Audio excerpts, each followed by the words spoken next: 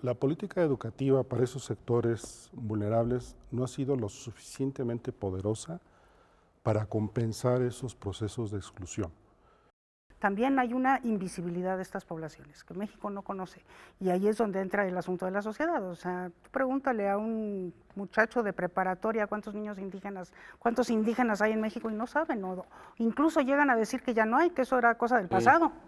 Un grupo que es homogéneo en términos, por ejemplo, de ingresos socioeconómicos, un grupo de solamente niños pobres, tiende a tener menor niveles de logro de aprendizaje. Entonces, lo que se esperaría es una mayor diversidad.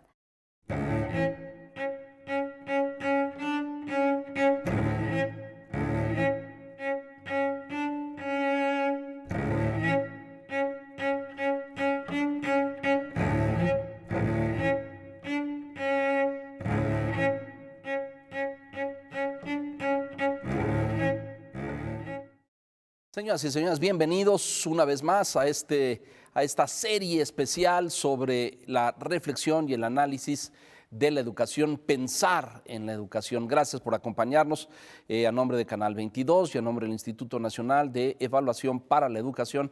Les doy a todos ustedes la más cordial bienvenida. Gracias por acompañarnos.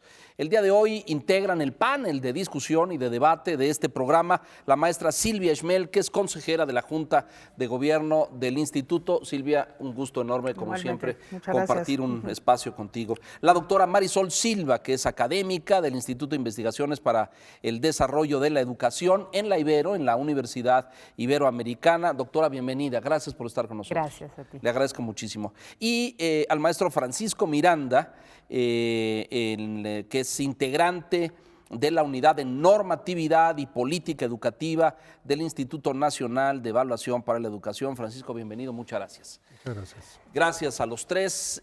Vamos a abordar uno de los temas de tu especialidad, por cierto, porque yo recuerdo el informe y el reporte que presentó el INEE hace algunos meses sobre equidad y justicia en la educación. A lo mejor debiéramos empezar por decirle al auditorio y a quienes nos hacen el favor de acompañarnos, ¿la educación en México es justa? ¿Es equitativa? No lo es. No Yo diría que el principal problema del sistema educativo mexicano es su falta de equidad, ¿no? De alguna manera, pues refleja la desigualdad que tiene el país como tal, refleja la desigualdad social, la desigualdad económica. Tenemos datos muy impresionantes. CEPAL sacaba la semana pasada, no sé si lo leíste, ¿verdad?, que las 10 personas más ricas de México… Ah, sí, lo vi. Alcanzaba para el ingreso de 60 millones de personas, ¿no? O sea, esa polarización que es muy especial del caso mexicano, pues desde luego afecta y ha afectado históricamente a la educación, eso no hay lugar a dudas, ¿no? De hecho, por ejemplo, a pesar de que hay un índice que se llama el coeficiente de Gini, que mide la desigualdad, o la concentración del ingreso, como la quieras ver, y resulta que nuestro coeficiente de Gini no está tan mal, ¿verdad? O sea, andamos ahí como a la mitad de América Latina. América Latina es el continente más desigual del mundo. Pero ¿incluso más desigual que África? Más desigual, como desigual, es el más desigual del mundo. Lo que pasa es que aquí tenemos contrastes muy polarizados, es decir, tenemos mucha concentración de riqueza en muy pocos. Tenemos pocos ricos, muy ricos, ¿no? Y muchos pobres, ¿no? Y nuestras Pero clases… México tiene más pobres. Más pobres. Sí, o sea, creo que solamente hay 2 países en América Latina que nos ganan en porcentaje de pobreza, ¿no? Entonces, pasa que tenemos una clase media que más o menos amortigua este Gini, sí, por eso nos salimos tan mal, pero la pobreza sí es enorme. Entonces, claro que eso se refleja en la educación, sobre todo cuando desde la política educativa no se hace nada para contrarrestar esa desigualdad social en el sistema educativo. ¿Dónde radica, Marisol, dónde se ubica esta desigualdad, esta inequidad? Estamos hablando de contrastes entre ciudades y zonas rurales o zonas semirurales. ¿Ahí está la mayor inequidad, digamos?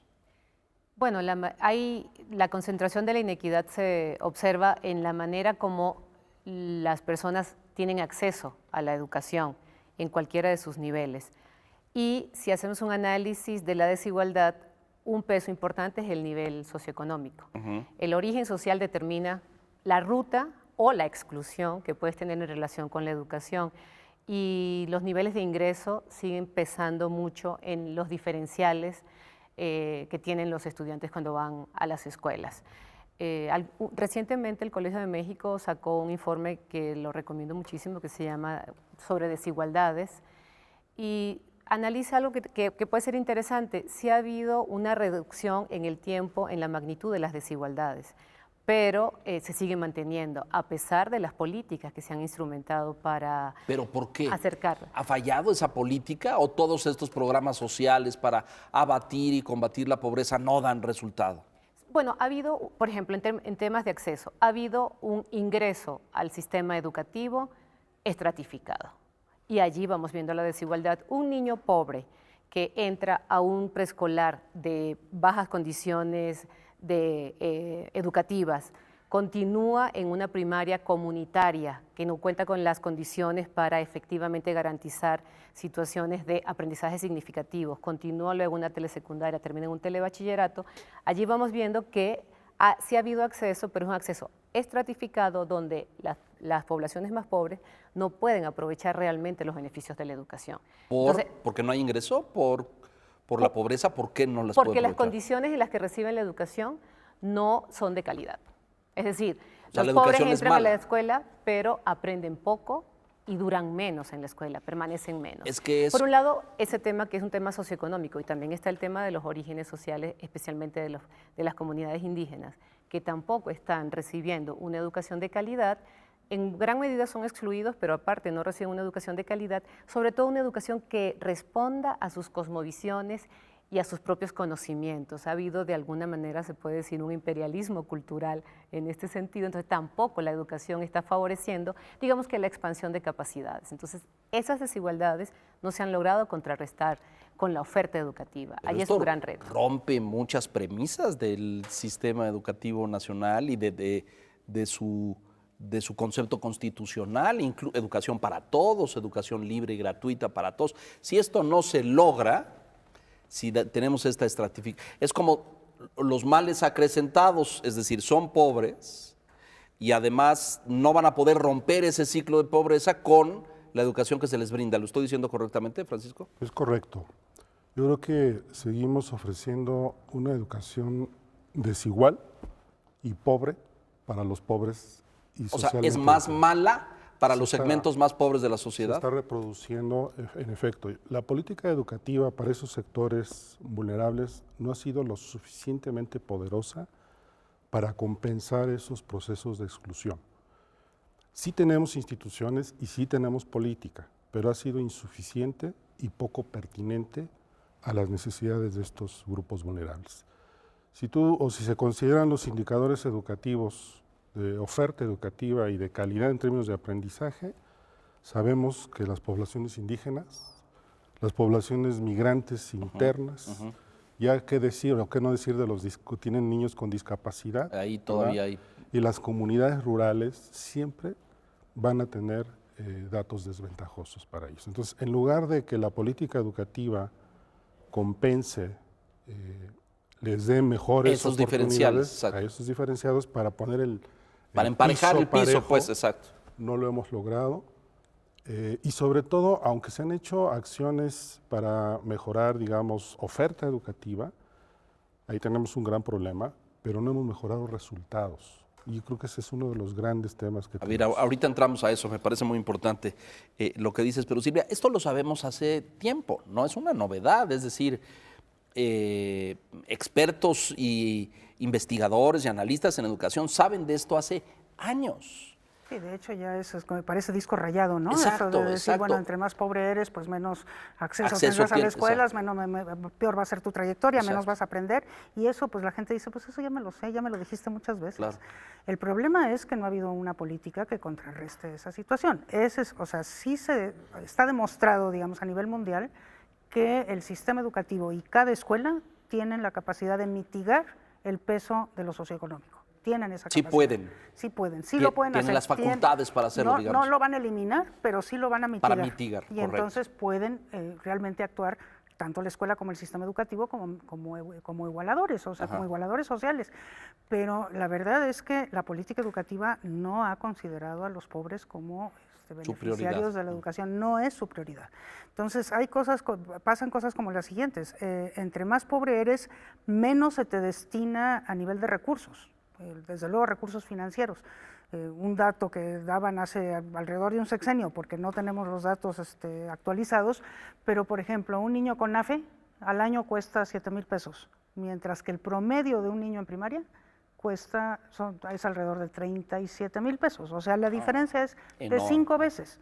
Y si eso lo extrapolas a otro tipo de recursos como los materiales, la infraestructura. O sea, le invertimos mucho más a un la niño. La capacitación de los recursos humanos, muchísimas. En lugar de invertir lo mismo, que sería, digamos, como el piso de igualdad, no de equidad, pero el piso de igualdad, o sea, en lugar de hacer eso, lo hacemos totalmente al revés. ¿Por qué sucede eso? Porque la pregunta es, bueno, ¿y por qué no hemos sido capaces? Bueno, porque la verdad es que no invertir en educación o invertir en educación de manera que simulo que estoy dando la oferta, aunque sea una oferta de muy mala calidad, deja a la gente contenta, la gente no protesta porque no está teniendo una buena educación, y si no invierto ahí, no pasa nada. Y eso es un poco la filosofía que ha estado detrás de la política educativa, ¿no? Cuando yo veo el presupuesto del gobierno federal en este país de lo que se destina a educación, veo miles de millones de pesos. Es decir, si lo comparo con la distribución de presupuesto en el gobierno federal, educación es de los que se lleva la mayor cantidad de dinero, educación, salud, etcétera, etcétera. Algo estamos haciendo mal, o gastamos mal, o lo distribuimos mal. ¿Por qué si le ponemos tanto, en qué nivel del PIB estamos? ¿Como en el 6? Sí, más o menos. 6 más o menos. Sí. Aunque la OCDE dice que tendríamos que estar en niveles del 8, ¿no es cierto? Ok, estamos 2 puntos abajo, pero para México es muchísima cantidad. ¿Qué hacemos mal? Tenemos diagnosticado el problema, lo sabemos y lo conocemos, tenemos el dinero. ¿Qué nos pasa?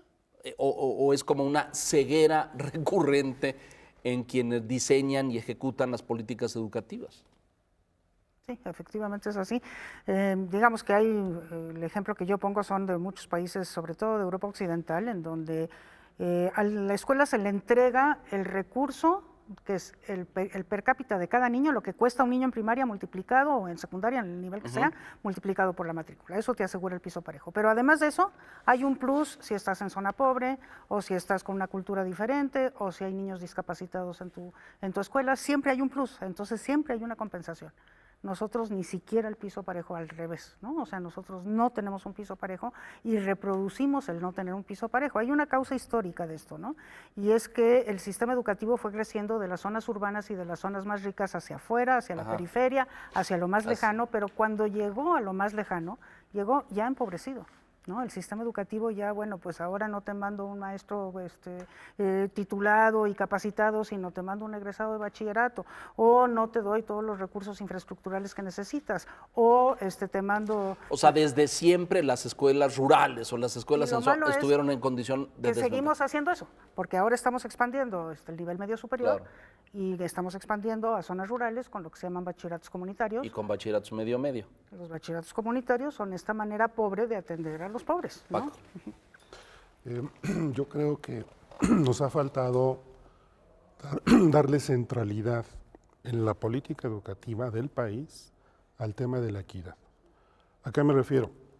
Sí hay presupuesto, sí hay políticas, pero son un segmento, un apéndice quizá, de las políticas, ya sea curriculares, de infraestructura, de formación docente, de capacitación. Sí aparecen, pero siempre son marginales y no aparecen al centro de la política educativa.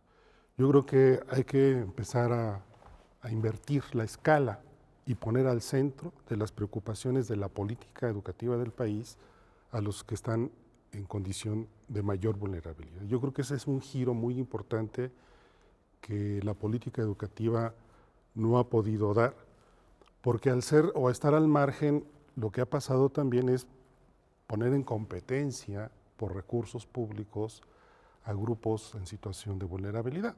Pongo el caso del programa de inclusión y equidad educativa de la actual administración. Sí. Juntaron una bolsa, integraron, eso me parece bien, lo que pasa es que integraron a los programas para atender a niños con discapacidad, a niños migrantes agrícolas internos, a telesecundarias, en fin, entonces, y de niños indígenas, de tutti frutti. Exactamente, y entonces hubo una especie como de competencia por recursos escasos, cuando lo que hay que hacer es que a esos grupos hay que ponerlos al centro de la política educativa. Yo creo que hay que avanzar en ese esquema más transversal de política pública. Sí, dos cosas. Primero, bueno, haciendo honor a lo que me dijo que es la academia y que nos basamos mucho en temas conceptuales, creo que conceptualmente no se ha entendido o se ha mal entendido qué es la justicia y qué es la equidad. La equidad claramente no es lo mismo que la igualdad y por eso Silvia hacía la diferencia entre dar un piso parejo, pero cuando hablamos de distribución, tú lo colocabas en términos de presupuesto, una parte de la equidad es la distribución proporcional a las necesidades. Entonces, una distribución diferenciada que claramente tiene que compensar esas desventajas que han venido acumulando.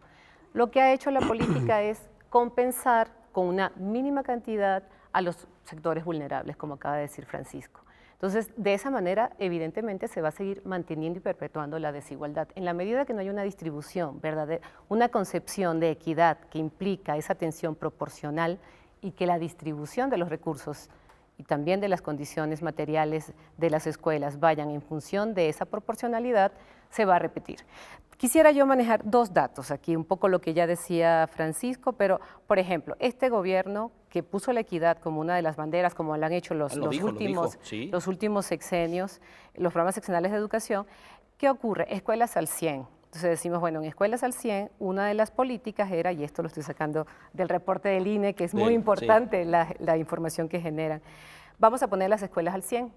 Uno esperaría, bueno, ¿por dónde vas a empezar? Por las escuelas que están en peores condiciones atendiendo poblaciones vulnerables. Ya lo decía Silvia, la población indígena y las escuelas comunitarias son las que están justamente acumulando la desventaja histórica. Bueno, hay 10.000 escuelas primarias, más o menos, en términos redondos, de escuelas indígenas y 10.000 comunitarias. ¿Cuánto se planeó atender? Se planeó atender, en el caso comunitario, de las 10.000, 273 escuelas. Te da claramente dónde están las prioridades. El 30, no, ni siquiera llega. No. Si son 10, no es ni el 1%. Porque, el 1%. Sí, el 2%. A 10.000, claro. El 2%. No, claro. Y en condiciones, en las escuelas indígenas, de 10.178 escuelas primarias, se planeó atender 1.850. Finalmente, de las comunitarias, de las 273 planeadas, solo se atendieron a 30. Entonces, a 30. ¿de qué hablamos cuando hablamos de equidad? Es casi un chiste. ¿De qué hablamos cuando hablamos de equidad? Y cuando lo ponemos como escuela al 100 y como uno de los pilares. Y otro dato en esto que tú decías, Francisco, que yo creo que sí es importante también, el INE lo sacó y a mí me pareció fundamental este tema, del programa, el programa de inclusión educativa, que como dijo Francisco, en este sexenio por temas de eficiencia y administrativos, juntaron 7 programas que estaban dirigidos a grupos vulnerables. Ya dijeron, indígenas, jornaleros, migrantes, agrícolas, pero realmente no hubo una competencia por recursos. Lo que hubo fue una reducción impresionante. En el año 2013 empezaron con 1.355 millones de pesos, que para el año 2017 a los 7 programas en su conjunto se les otorgó 383 millones, una disminución de 1.000 millones de pesos. Entonces, no podemos seguir hablando de equidad si no se traduce en acciones reales. Tú hablabas al principio, Marisol, y me parece muy preciso, de concepción y de comprender. Hay un tema presupuestal aquí, evidentemente, pero me preocupo si hay un tema político también. Es decir, ¿qué causa esto? ¿No les parece importante? ¿O no alcanza el dinero? ¿O el dinero lo destinan a otras cosas? Es decir, porque pues, los datos son duros, ¿no? La realidad es transparente. Vamos a hacer una pausa aquí, si me permiten, vamos a mensajes y regresamos a qué causa todo este fenómeno, qué está detrás de esto. Probablemente es una conjunción o es multifactorial. Y hay un tema presupuestal, y hay un tema político, y hay un pero pues los datos son aplastantes, ¿no es cierto? Estamos pensando en la educación, esto es Canal 22 y el INE, volvemos enseguida.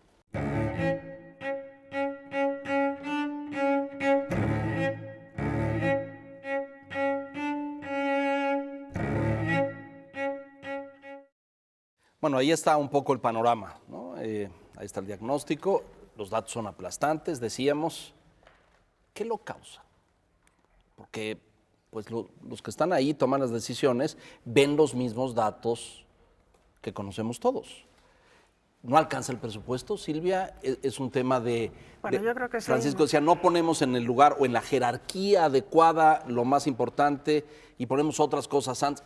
¿Qué está detrás de esto? Creo que las dos cosas que has dicho es cierto. Lo del presupuesto yo creo que sí es importante. Fíjate que México destina a los programas sociales apenas el 11%, o sea, deriva de impuestos apenas el 11% del PIB. Correcto. Y por ponerte un ejemplo... Recaudamos mal y poco. Recaudamos poco porque Dinamarca destina el 35%, o sea, de impuestos corresponden al PIB. Pero yo creo que hay dos, y tú lo mencionaste, es un problema político y bueno, los políticos tienen como su principal motivación que lo que hacen se vea y sea políticamente redituable. Y esto siempre, una inversión de esta magnitud y con este tipo de propósitos tarda muchísimo, tarda más que una administración el poder ver los resultados. Ese es yo creo que un problema. Y entonces, bueno, pues hay que invertir en aquello que sí es redituable políticamente. Que es muy vistoso, visible, digamos. Sí, o sea, que tiene resultados a corto plazo, o sea, es más de cuestión de inmediatez. Y como no tenemos una sociedad que presione para que ese tipo de decisiones, o sea, no es el contrapeso, ese es por un lado es eso, entonces eso es yo creo que un problema, pero por otro lado también hay una invisibilidad de estas poblaciones que México no conoce y ahí es donde entra el asunto de la sociedad, o sea, tú pregúntale a un muchacho de preparatoria cuántos indígenas hay en México y no saben, o incluso llegan a decir que ya no hay, que eso era cosa del pasado. Que ya se acabaron. No conocen la realidad indígena. El otro día en la Ibero, a muchachitos de la prepa les hacíamos esta pregunta y los de la preparatoria respondían que no había. Que no había indígenas. A 20 minutos de la preparatoria Ibero hay comunidades, una comunidad indígena. Hay una comunidad indígena ahí. Bueno, y los jornaleros agrícolas migrantes, por ejemplo, tú hablas de jornaleros agrícolas migrantes y la gente no sabe qué es eso. Hay una migración interna que afecta a 350,000 personas en edad escolar y que apenas el 15% está inscrito en la escuela. Pregúntale a un mexicano común y corriente si sabe qué es eso, no sabe lo que es eso. Bueno, ahora ya están un poco más en la mesa de debate, pero durante muchísimo tiempo fue una realidad invisible. Entonces se lucra con esta invisibilidad para no tener que invertir, ¿no? Hasta que no haya un problema social que, ¿coinciden con que esta lo visión? haga emerger, ¿no? Marisol, Francisco, ¿agregarían elementos sobre estas causas? Coincido, sin embargo, yo sí creo que tenemos que mirar también a lo que pasa fuera del sector educativo. Si bien es cierto, Silvia lo señalaba, de que la educación puede hacer la diferencia, también hay que considerar lo que está pasando fuera de la educación, porque el tema es un tema de intersectorialidad también. Tenemos 46% de pobreza en México y además con un dato importantísimo de que la movilidad intergeneracional se ha detenido. Y eso tiene que ver con el crecimiento económico del país, con la política social del país, con el empleo en el país. O sea, explícale a la gente qué quiere decir movilidad intergeneracional. Es decir, cuando uno nace en una familia con cierto nivel socioeconómico, al paso del tiempo, con educación, debieras modificar. de modificar y no está pasando. Modificar quiere decir a la alza, es decir, esto que se llama ascenso social y que quiere decir las posibilidades que la educación me otorga para cambiar mi nivel de vida y ofrecerle mejores condiciones a mi familia, mis hijos, mis descendientes, etcétera. Eso sucedió, me parece, de forma real y auténtica entre las décadas de los 50, 60, no sé si hasta los 70, y luego como que entramos en un estancamiento. ¿Te refieres a eso? A eso me refiero. Y esto es muy importante porque si no agilizamos y generamos esquemas de política pública en estos otros sectores, por más que hagamos en educación, no vamos a lograr el propósito de nivelar el piso y de garantizar resultados equitativos. Bueno, lo que dices es tan grave que pues entonces la educación no sirve. Porque si la educación, que es el principal instrumento para ese cambio social, para saber más, conocer más, alcanzar un desarrollo profesional y por ende otorgar una serie de benefactores a mi comunidad y a mis seres queridos, pues entonces la educación está resultando inútil. Bueno, esta educación está resultando a esa me refiero, sí, a esta. Sí, porque... Hablamos de esta. Sí, porque si hablamos de la de Alemania, pues es otra. No, pero lo que sucede es que no se está distribuyendo la calidad. Ese es el problema. Estamos distribuyendo oportunidades de acceso, estamos mejorando las posibilidades de permanencia, pero como bien decía Paco, los resultados no los estamos moviendo. Desde hace ya varias décadas que los resultados están igual, desde que los medimos, digamos. Y desde entonces los resultados no han cambiado. Entonces, ¿qué pasa? Que no estamos distribuyendo calidad. Entonces, si no distribuimos calidad, eso no lo vamos a lograr nunca, ¿no? Eso es. Desde agregando al tema político, que estoy totalmente de acuerdo con lo que ya se dijo aquí, otro elemento tiene que ver con las reformas, ¿no? Ese es un punto que yo creo que es importante también, que tiene que ver con decisiones en materia de política pública. Y las reformas, la reforma reciente y otras reformas han tenido algunos errores que son claves. Se pretende modificar las condiciones en las que opera la escuela o las becas para los niños en la escuela, pero no se ha aparejado de la reforma de la formación inicial y la actualización de maestros, que habrá sido un tema tan importante, pero que en la medida que no van aparejadas las reformas, por ejemplo, en modelos educativos, en maneras de enseñar, en nuevos contenidos curriculares, y eso no va de la mano con la formación que están recibiendo los maestros en su formación inicial y con la formación y la actualización constante, entonces cada pensamiento va por un lado distinto. Eso es uno de los factores que desde materia de política educativa también ha ido, digamos, contribuyendo de manera negativa a que los resultados de aprendizaje no se vayan alineando con lo que se espera de la educación a nivel nacional. Entonces, allí hay un tema también de cómo se tienen que formular e implementar las reformas para causar realmente los cambios que necesitamos en la educación. Creo que tenemos dos temas fundamentales que abordar aquí con un poco más de profundidad. Uno, resultados, y dos, el tema de la reforma. Esta última, para no irnos a otras anteriores, cuando yo platico con los maestros y les pregunto ¿cuántas reformas un maestro que tenga 20 años en la docencia o 25 años?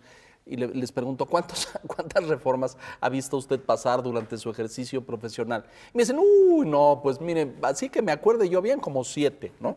Es decir, porque hemos tenido aquí para dar y repartir. El punto es, esta última, que hoy, por cierto, está en gran debate en este país. Si la echamos para abajo y la cancelamos, si la abrogamos, si se hace una nueva, quiero conocer su postura a este respecto. La reforma que se hizo recientemente falló, evidentemente, en igualar condiciones de acceso, de equidad y de justicia, no solamente, como acaban de exponer, en términos de presupuesto, sino de calidad y de resultados. ¿Por qué falló? Es un poco las razones por las que veíamos, las políticas, las económicas, etcétera.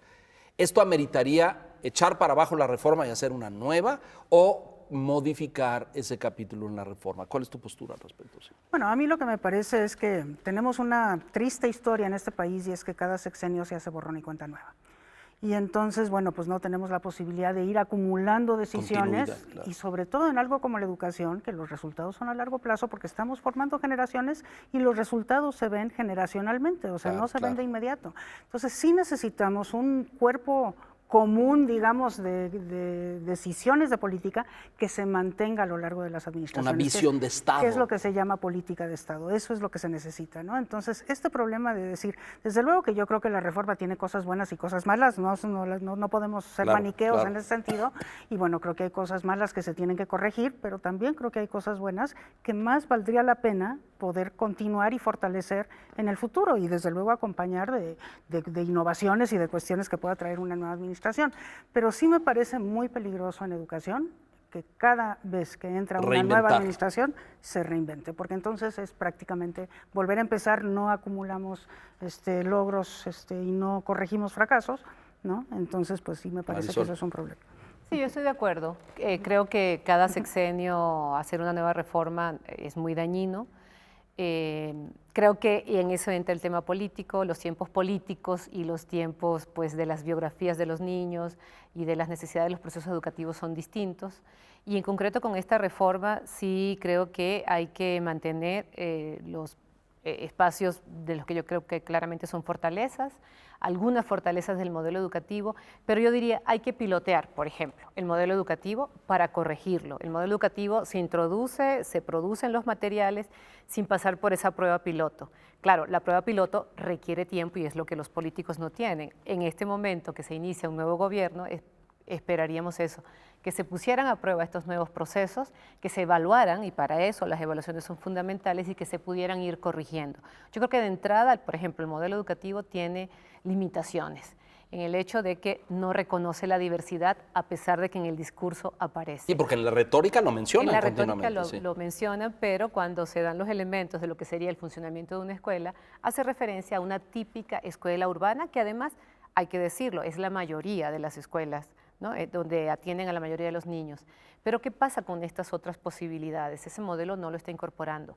¿Qué ajustes se van a hacer? Habría que hacerlos y no, yo creo que no a priori, yo creo que hay que ponerlos a prueba e introducir esos cambios a esa reforma. Déjenme hacer una pausa, Paco, regresamos con tu posicionamiento a este respecto porque es parte del debate que estamos viviendo hoy en México. Se habla de que va a haber nuevos foros y de que la gente va a poder participar. Un segmento del magisterio se queja insistentemente de que no fueron contemplados y no fueron consultados respecto a esta reforma y hoy sigue esto de forma muy activa en el debate social. Hacemos una pausa, regresamos aquí a Pensando la Educación.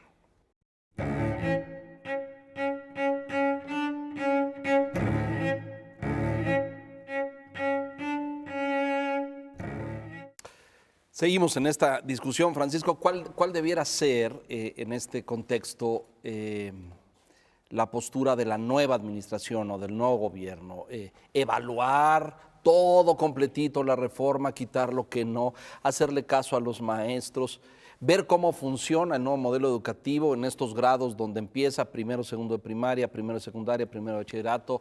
Es muy complejo porque tenemos un sistema educativo gigantesco, ¿no? Es decir, solo el sistema educativo de México es más grande que muchos países del mundo enteros, ¿no?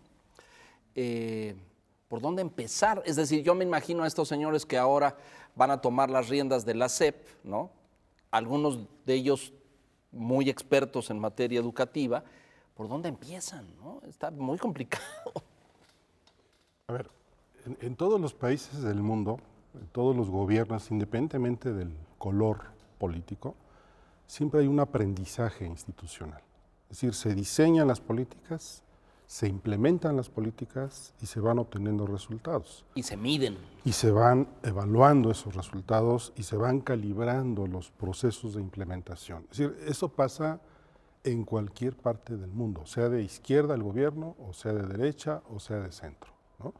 Y eso es algo que tenemos que entender porque el costo de interrumpir cosas sin elementos, sin evidencia, es muy alto para la población directamente afectada, que son estos grupos en alta condición de vulnerabilidad. Entonces, sí es muy importante que se valore la evidencia disponible para dar cuenta de dónde se ha avanzado, dónde no, y dónde hay que ajustar para favorecer el proceso de política pública. En segundo lugar, a mí me parece que el tema de la equidad y de la inclusión educativa no está suficientemente abordada.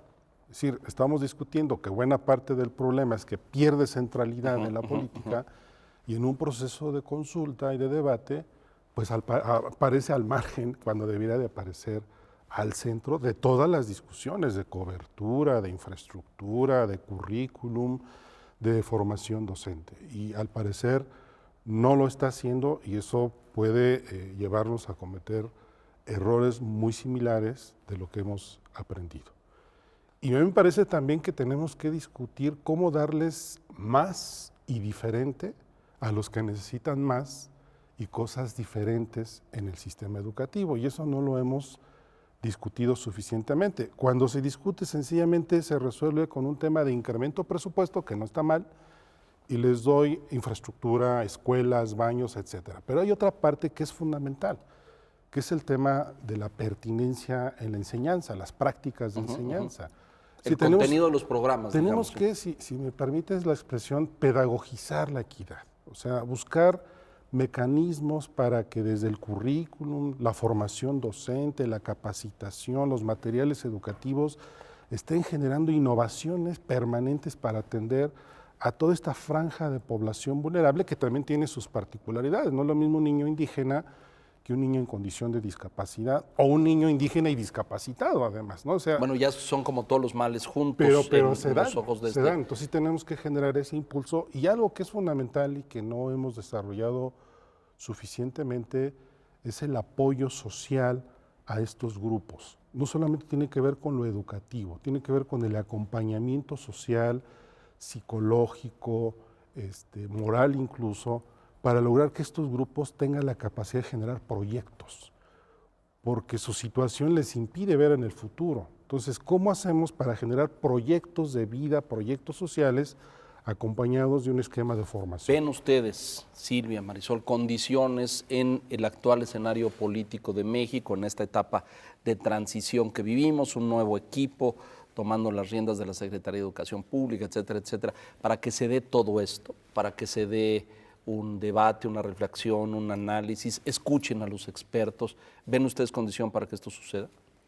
Yo creo que sí hay condiciones, yo en ese sentido sí tengo la esperanza. A mí me preocuparía muchísimo que se le volviera a entregar la educación a grupos de interés que no se preocupan por la educación. Eso nos ha pasado en la historia, sabemos qué es lo que eso significa. A mí me preocuparía mucho que eso volviera a suceder.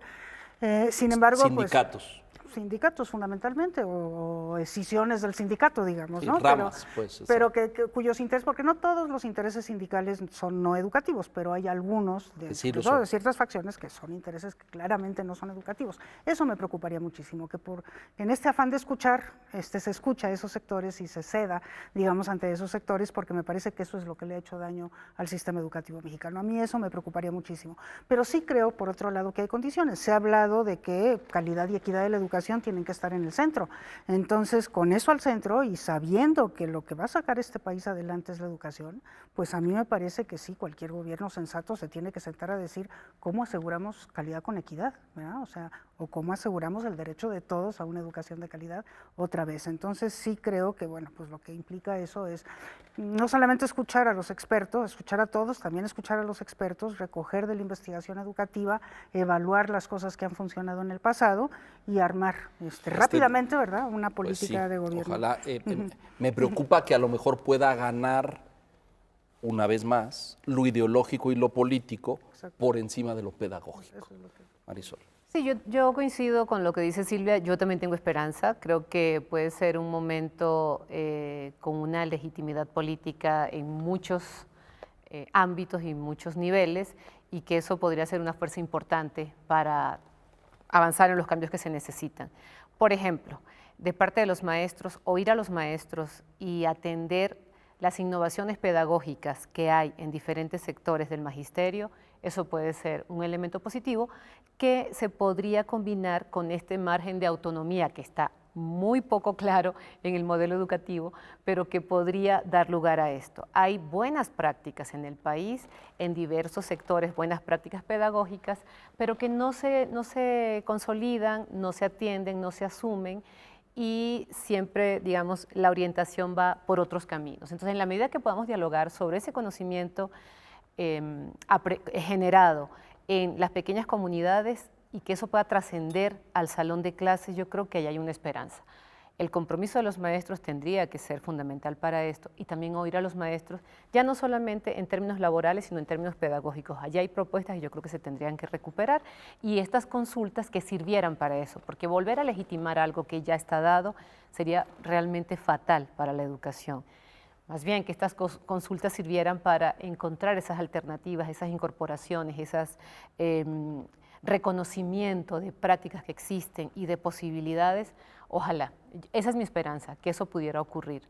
Creo que también como sociedad tenemos que comprometernos en este ¿Qué momento. le toca, cuando hablamos de eso, tú lo mencionaste hace un rato y tú también, qué le toca a los demás? ¿Qué le toca al padre de familia? ¿Qué le toca a la comunidad? Porque pues hay cambios, hay modelos, los directores de escuela anuncian cosas, pasan, y pues generalmente como que permanecemos en una actitud muy pasiva, me parece. ¿Qué le toca cuando hablas de compromiso de la sociedad, o qué les toca a los demás? Sí, yo creo que hay un dato que es muy preocupante, y es el grado en el que la población mexicana está complacida con la educación que recibe, ¿no? Que en todas las encuestas están contentos con su escuela, están contentos con su maestro, con lo que pasa, y eso de lo que nos habla es, pues, de una población poco informada acerca de sus derechos en materia de educación, ¿no? Entonces yo creo que lo primero que tenemos que hacer es eso, ¿no? Una sociedad informada que conozca sus derechos y que sea capaz de exigir, porque bien sabemos que la calidad tiene mucho que ver con la capacidad de exigir. Hay que exigir calidad para que se logre la calidad. Entonces, eso me parece que no está dado y eso pues se traduce a nivel de los padres de familia de un aula, de la comunidad en una escuela, pero también de la sociedad en general. Necesitamos una sociedad...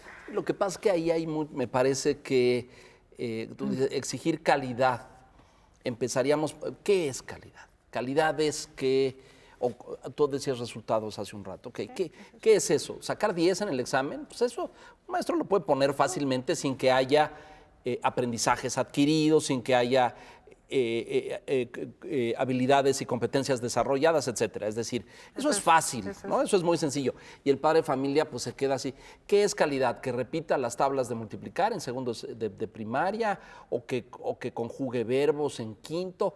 Es bien variable eso. Es decir, para un padre de familia y sobre todo cuando hablamos de un mundo que cambia premisas educativas y que hoy tienen que desarrollar otras cosas y no repetir y no memorizar, es muy difícil hablar. ¿Qué exijo de calidad? Claro. Sí, bueno, no sé. Yo voy a volver a las tres cosas que... A ver, yo tengo también esperanza en que haya una política educativa pertinente y adecuada, porque la agenda del gobierno actual pues es muy coincidente con la necesidad de atender a los grupos en mayor vulnerabilidad. Y hipotéticamente, diríamos eso. Pero también veo ahí algunos riesgos de grupos de interés o de segmentos. Okay. ¿No? Pero en términos de agenda política existe esa posibilidad y creo que hay que desarrollarla. En segundo lugar, hace rato Silvia hablaba de la visibilización de estos grupos que a veces son invisibles. En el debate actual sobre garantía de derechos, se habla, por ejemplo, ya no solamente de satisfacer necesidades prácticas que tiene la gente, sino también atender a sus intereses estratégicos. Y eso es algo que tenemos que tener muy claro. O sea, ¿qué se espera en el futuro para estos actores? ¿Qué roles, qué responsabilidades, qué poder van a tener y qué apoyos van a tener para el desarrollo futuro? Porque tenemos que pensar en el futuro. Y eso me parece que no ha sido suficientemente desarrollado y requiere un esquema de consulta. ¿A quién le toca hacer eso? ¿A la autoridad? Y de participación, a la autoridad y a la sociedad. La autoridad tiene en esta reforma un perfil de egreso, de bachillerato, me parece, o de secundaria, no me acuerdo bien. Educación obligatoria. De básica, ¿no? Un perfil de egreso, es decir, el modelo de cómo debiera salir un estudiante con eso, con qué aprendizajes, qué competencias, tendrá la habilidad en fin, hay un perfil ahí que se ha avanzado. Pero es uno, ¿no? Es como ese para todo el país. Y hablábamos de diferencias, distorsiones, zonas, vulnerabilidades. Déjenos hacer una pausa aquí rápido y volvemos rápidamente a esto. Estamos pensando en la educación, Canal 22, el INE. Volvemos enseguida.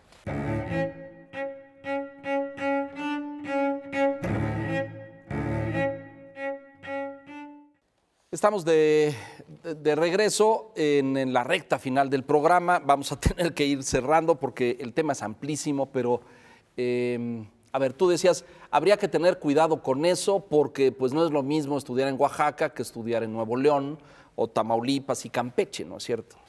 Sí, los contextos son diferentes, pero hay conocimientos y habilidades que deben de ser universales. Universales y para el ciudadano mexicano. Entonces, eso es algo que ya resolvió la Secretaría de Educación Pública, es decir, ¿esto tiene que ser para todos igual o todavía tenemos debate sobre eso? A mí me parece que es un avance lo que se hizo, ¿no? Porque se redujo y se definió como aprendizajes clave cosas que todo niño tendría que saber. Nadie podría estar en contra de esos aprendizajes claves, o sea, todo el mundo tendría que tenerlos, porque son aprendizajes de conocimientos, que son los menos, pero competencias, habilidades, el saber hacer, el saber entender, el saber interpretar, comprender, tener pensamiento crítico, tener habilidades superiores de pensamiento, todas estas cosas y las habilidades socioemocionales. Entonces yo creo que el problema es cómo, o sea, finalmente lo que importa es asegurar que ese mínimo común que todo niño en cualquier parte del mundo lo tiene que tener, todo el mundo lo tenga y que las habilidades, que también son necesarias para todo, se desarrollen a partir de lo que se conoce y de lo que es relevante para cada contexto. Entonces, ahí sí hacer diferenciaciones entre Oaxaca, Yucatán y Nayarit, claro, etcétera. Francisco. Sí, este es un punto importante porque el contexto influye en los procesos. Entonces, ¿cómo garantizas que un niño indígena de Oaxaca llegue al mismo nivel de conocimiento que un niño de la Ciudad de México? Claro. Sus contextos son diferentes. Entonces, allá habla una lengua materna.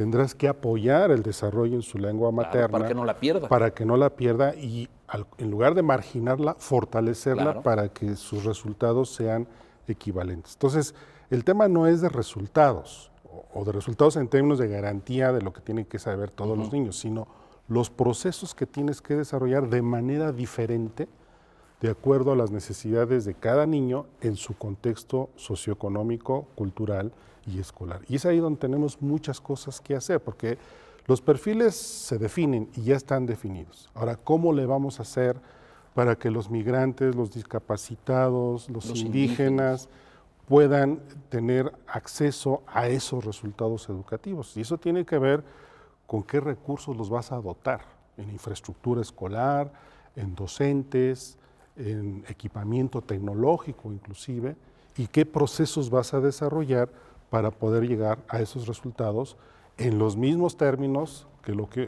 puede tener un niño de la Ciudad de México.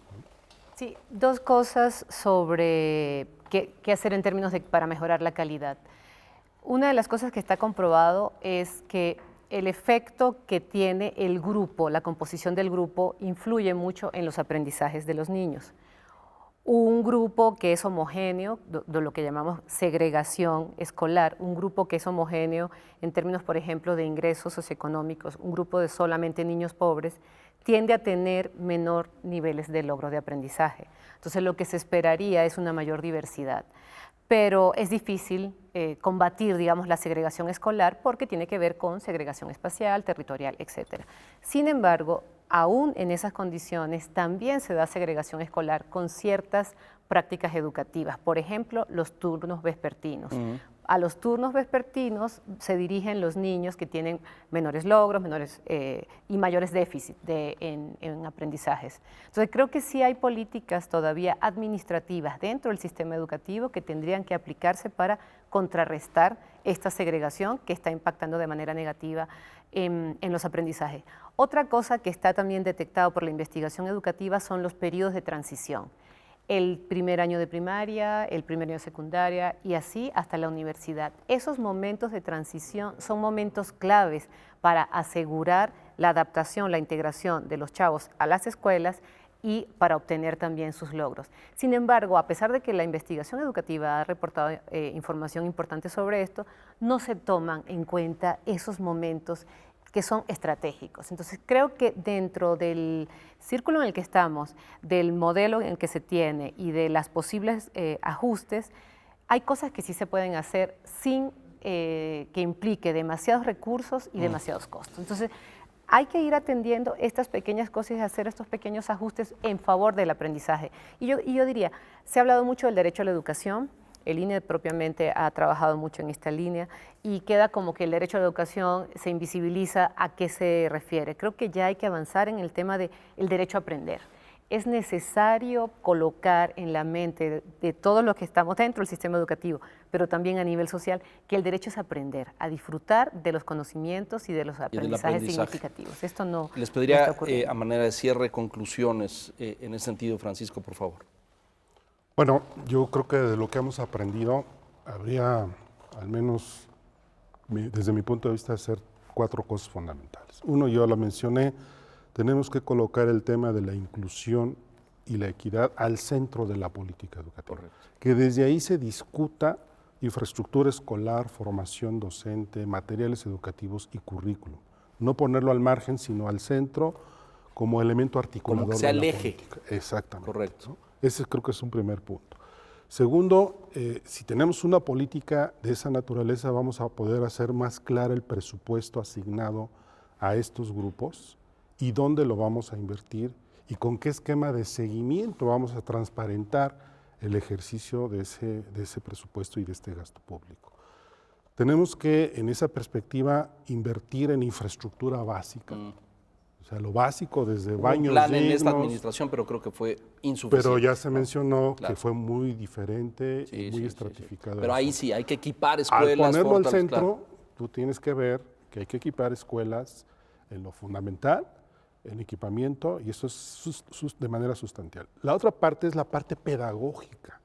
Todo el tema de formación y prácticas docentes, yo sí insistiría en que necesitamos un área de innovación educativa dirigida a este tipo de grupos. Tenemos atisbos, pero no ha sido suficiente. Tenemos algo de que construir algo mucho más sólido en términos institucionales. Conclusiones, Marisol, por favor.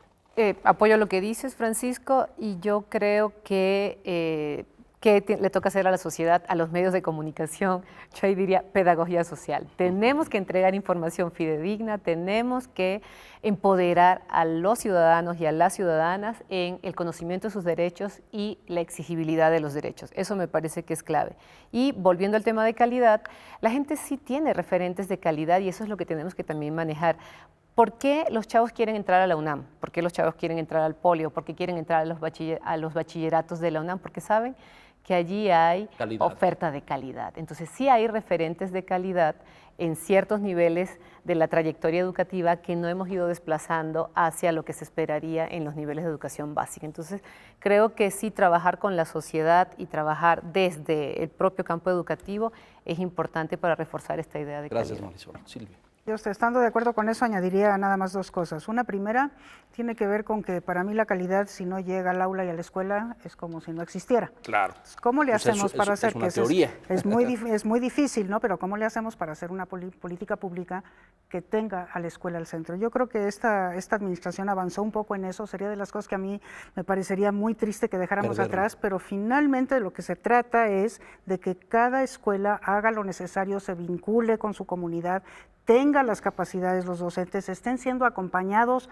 para irlas logrando, ¿no? Y estén haciendo un trabajo de formación relevante a todos sus alumnos. Entonces, a mí me parece que ese asunto de la escuela al centro, de cuidar lo que pasa en el aula y en la escuela es fundamental. O sea, las políticas grandes las necesitamos, pero la chiquita, la que llega a la escuela es. Y lo otro es, ahora doy el salto a lo macro, ya de alguna manera Paco lo decía, sí tenemos que hacer políticas intersectoriales. A mí me parece eso fundamental. Un problema de las zonas rurales de México es que las zonas rurales están abandonadas. Entonces, si nosotros invertimos en educación, mientras no haya empleo, no haya desarrollo regional, no haya posibilidades de realmente permanecer en esa zona con una vida digna, claro, se da pues la migración entonces, y lo que vamos a hacer es lado. simplemente descremar. Claro. Entonces, a mí me parece que las políticas intersectoriales en todos lados, pero en las zonas rurales muy evidente, son necesarias, ¿no? Muy bien, bueno, pues se nos acaba el tiempo. Les quiero dar las gracias. Dejamos muchos temas en el tintero y sobre la mesa.